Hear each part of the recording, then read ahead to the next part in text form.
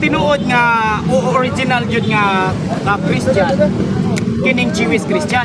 Simple, kaya diya man nag-origin Okay. ang diya man nag-origin ang Christian Church. Pero it does not mean nga Jewish Christian ang iyang teaching Jewish pod, no? Dili ang iyang teaching Christian religion. Wala na ingon sa St. Ignatius of Antioch, kung tinuod ang Kristiyano dapat dili ka mahimong Judaizers. Bukod ipasabot dili pwede sundon ang teaching sa mga Hudyo, ilabi na sa ilang gitawag og mga balaw, dili pwede. Dato pa ang Jewish Christian karon is Sunday keeper na dili na Sabbath keeper. Yes, nga naman kay ingon pa sa mga Kristiyano kani ato dili na ka pwede mahimong Judaizer.